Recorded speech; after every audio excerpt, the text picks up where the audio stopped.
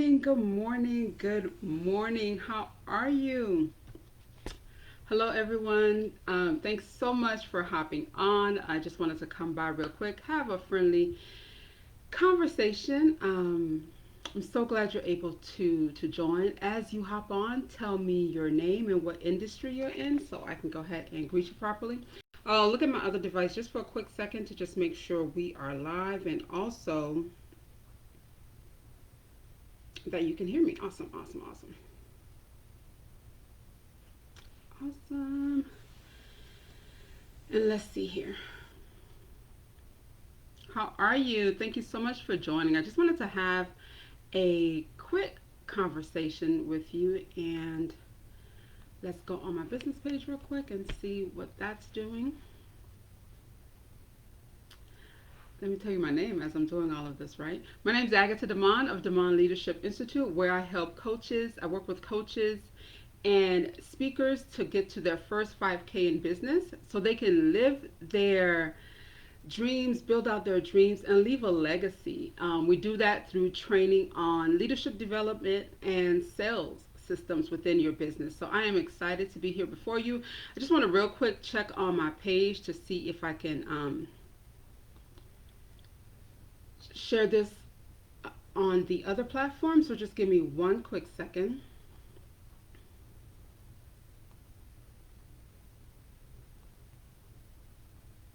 Okay. I'm not going to do too much right now. So if you can hear me, awesome, awesome. So if you can hear me, I'll go ahead and just jump right in. Again, as you join, tell me your name, tell me what industry you're in. And we want to talk today about confidence. And you saw the 3 questions in the post, right? Are you living beneath your potentials? Do you feel that every decision or everything that you do is within your comfort zone? And do you see everyone else around you as smarter than you or more successful than you? And why is that important, right? So if you answered yes in for any of those questions, then this conversation is definitely for you. I want to have it with you. I know for myself, people think, well, she's a plus size person, and that's why she talks about confidence. And actually, my confidence and the reason I focus a lot on that has nothing to do with my weight, right?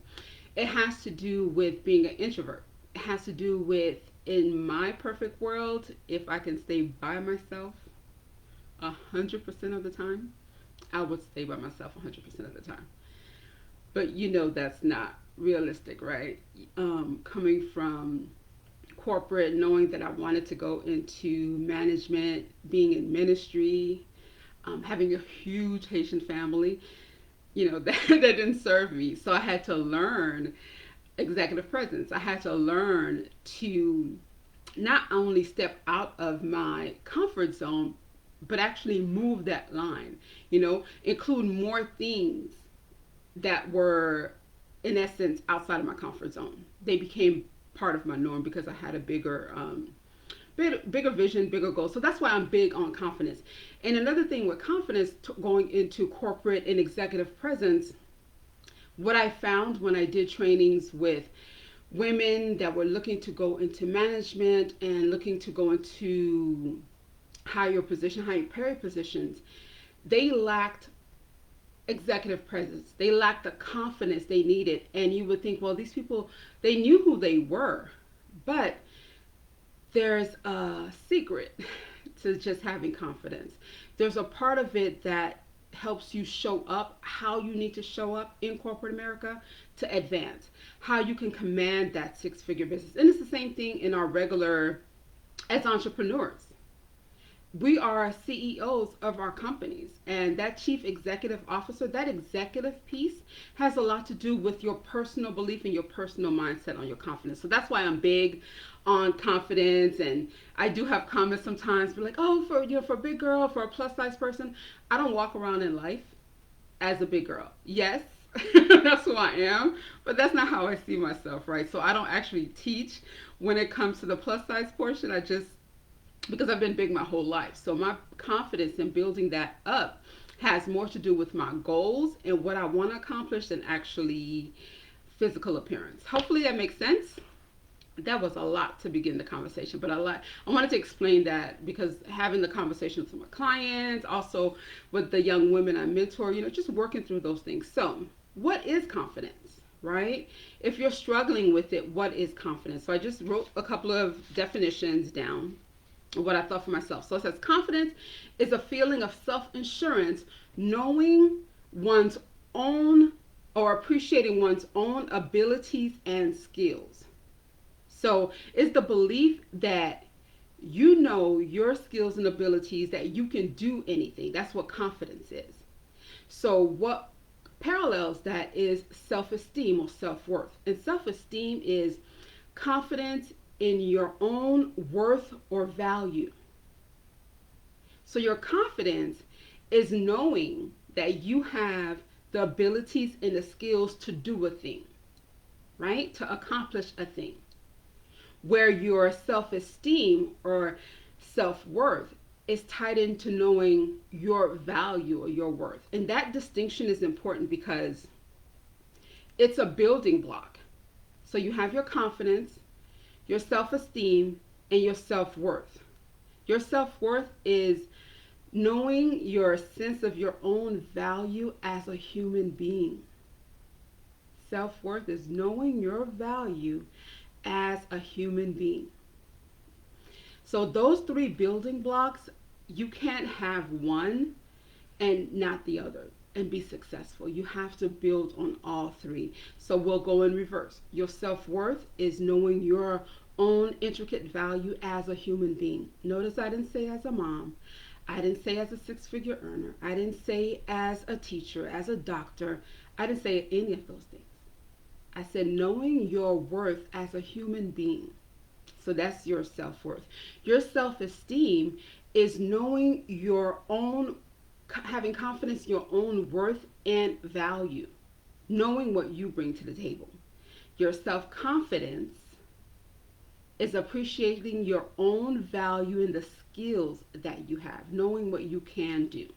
So with those three building blocks, have you found yourself in a position where your self-confidence is lacking? That's what we want to talk about today. I just want to go ahead and give you three quick pointers on identifying what those are, and if that is you, what you can do to change that. And it's a continuous work. So building your self-confidence is a continuous work. It's not a one and done type of thing. But if you're a business owner, put one for me in the chat. And if you're working in corporate America, you're looking to advance, put a 2. So if you have your own business, put 1. And if you're in corporate and still working your side hustle, or you're working your business while you're in corporate, put a 2. So go ahead. Even if you're on replay, go ahead and do that for me. 1 if you have your own business, and 2 if you are still in corporate and have your business on the side. So we want to go ahead and talk about that.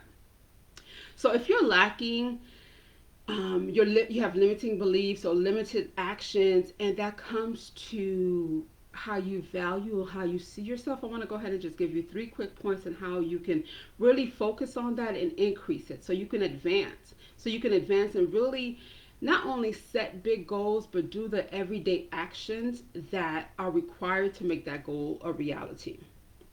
So first, let's talk about what erodes our self-esteem, right? What breaks down our confidence? I told you, for me, my confidence is not connected to my weight. My confidence, I was blessed enough to have 2 loving parents. My dad, I was a daddy's girl, so my dad, at a very early age, instilled a lot in me. My mom, my biggest champion growing in corporate America. So my confidence, when I would take hits, I had those foundations. I had that support, to cheer me on. Fast forward later on in life, advance in corporate America, 6-figure career, doing what I need to do in ministry, in my personal life, get married, have 2 beautiful boys. All of that happened, and I found myself dealing with verbal abuse and emotional abuse, and that eroded my self-confidence, and I didn't realize it at the time. I'm just trying to trying to make the best and trying to do everything that I can. But my self confidence, my ability to do things was really, it took a big hit, and I'm telling you, for several years. And while it was taking those hits, I didn't realize it. When I did realize that, I said, okay, there's work I have to do at this point. So failures at any point in life, you could be on that trajectory and you're doing great, and you have one big failure that really knocks you down. You have that real financial upset that just really shatters you, or you can have a family breakdown that breaks or chips away at your self-confidence. Trauma can also break or erode your self-confidence. So there's a lot of things that go into knocking you out. So I don't want you to feel like you're by yourself. I don't want you to feel like, well, I shouldn't be going through this, or I should do better than that. There's no should. How you feel is how you feel. The key thing is acknowledging it and working through it. So we can have the self-esteem, you can have the self-confidence, and then life can happen and it kind of hits you into the face, gut punches you and knocks you down, and then you're like, okay, I need to build myself back up. So how do you build yourself back up? The first key thing is, and before I jump into that, I wanted to go ahead and greet all of you that are joining in. Thank you so much for joining. Again, my name is Agata Domond of Domond Leadership Institute.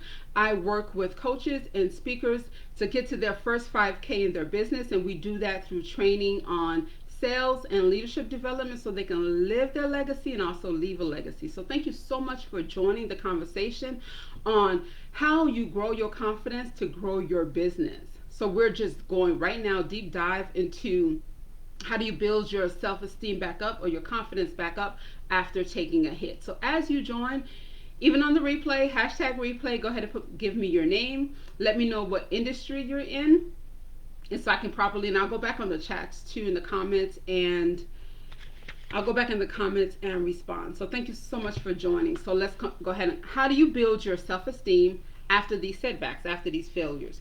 Number one, we want to go and focus on our worth. That self-esteem, before you tackle the confidence, the abilities part, let's go ahead and look at the self-worth part. Knowing who you are, and I love saying whose you are because that's key. Knowing who you are, and what I mean by whose you are, God is your creator, right? So knowing whose you are, who created you, who you belong to, and understand what the word says about you. So we go, and don't just read the scriptures, don't just quote the scriptures, but go ahead and do a deep dive into them, understanding who God created you to be, what he created you for, and understanding that worth. One of my biggest books, my first self-help book, was Seeing Myself as God Sees Me. See yourself as God sees you. That was my first self-help book, and I love that book. And it's still available on Amazon. But truly knowing who you are and who created you, so building back that self-worth. Understanding the different parts of who you are. So when you were created, I'm talking mostly to women, God created us whole and complete. The degree didn't make us complete.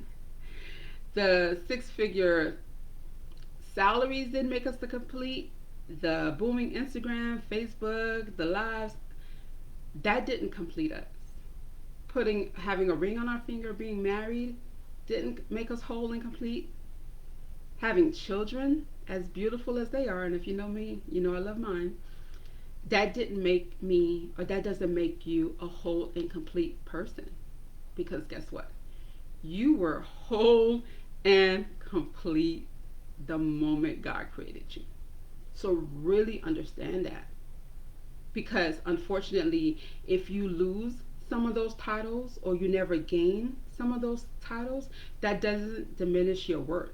I really need you to hear me on that. That doesn't diminish your worth. As you're waiting on God, there's some big goals that you still can accomplish, you should go after, regardless of what your external title is. No matter what career or income you're bringing in, knowing who you are and the components of you, knowing your self-worth. Number two, how do you build your confidence back up? How do you build your confidence so you can grow your business? Understanding confidence is knowing your own ability and skills.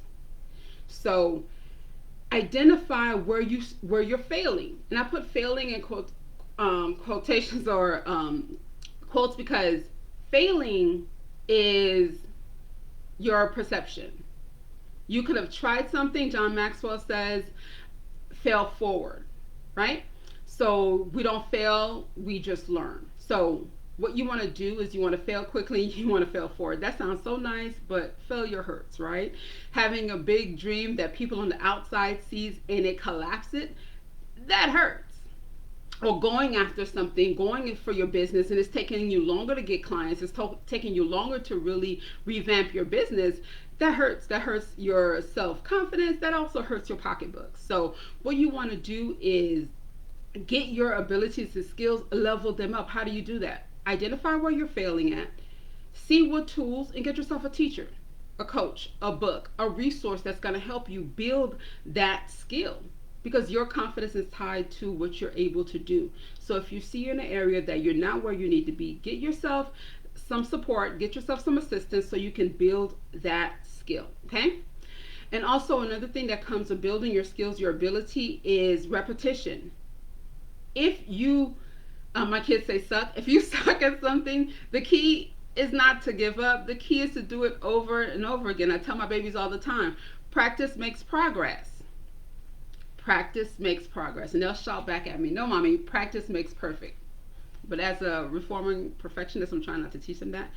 But I'm teaching them practice makes progress. So you do that for yourself. If you're not where you want to be with a certain task, do it, continually doing it so you can build that skill in advance. Because even as little kids, we had to learn building blocks.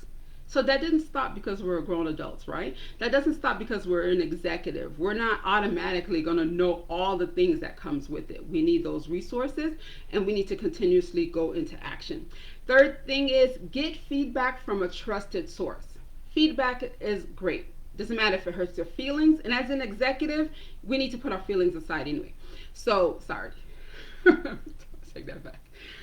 Our feelings should not be in the forefront. So, as executives, as a CEO of your company, as a leader, your emotions should not be the thing you lead with. I would encourage you to lead with your emotions. I would encourage you to ask for feedback from a trusted source. Take that in, right? Because if it's a trusted source, you're talking to a person that is invested in you winning, has your best interest at heart. So you take that feedback and you apply it, not just listen and agree or listen and dismiss, but really listen to apply it. Okay, so identify those three things to build your skills, get yourself really looking at the areas that you need support in if you see them as failures.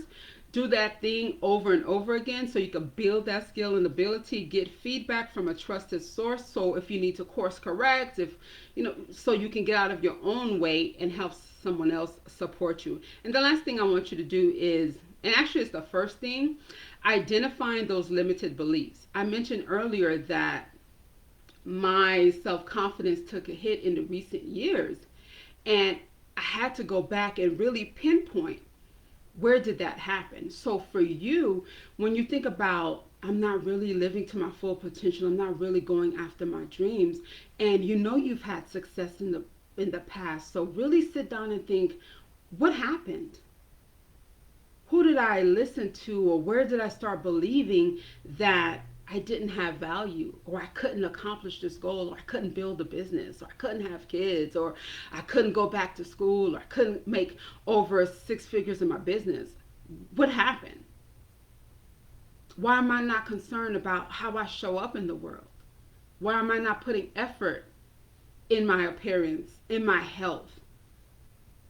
What happened? Where did that what did I curve off, right? Where did I come off the path? So really identify what those limited beliefs are. And sometimes we could be our worst enemies. Are we telling ourselves those lies?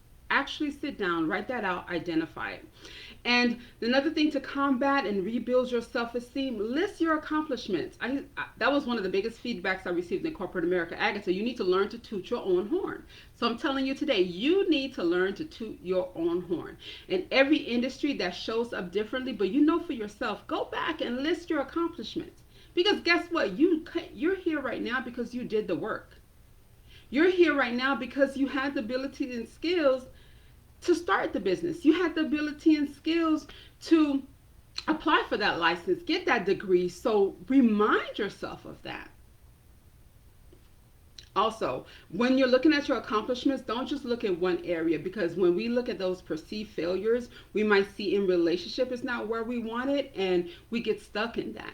But I want you to look at the four quadrants. We did a teaching on that before in the group. Your four quadrants of your life when it comes to yourself, your spiritual walk, your finances, and your family. So the four quadrants: yourself, your faith, finances, and family. Look at your accomplishments in that. So, and the last thing I want to tell you is give yourself permission to dream big. Give yourself permission to dream big. Give yourself permission to go after your dreams, no matter who says what, no matter who doubts you, no matter who doesn't want you to win, supposedly, no matter who's cheering for you, who's supporting you. You give yourself permission to dream big, and then you get into action to make those dreams a reality. So I want to leave you with that. Our next conversation is going to be the mindset of an executive. Because guess what? If you have your business, you are an executive. You are a CEO. So we want to have the right mindset going in to reach those goals along the way. I have to jump off, have to jump on to another meeting, but it's been great talking to you. I look forward to hearing your comments in the comment section. And if you need any further support, feel free as always to DM me or message here within Leadership and Legacy with Agata Domond. Again, this is Agata Domond with Domond Leadership Institute, where I work with coaches and speakers to get to their first 5K in business. And we do that through sales and leadership development so they can live a legacy and leave a legacy. You guys have an amazing day, and I will talk to you soon. Thank you so much. We'll talk to you soon.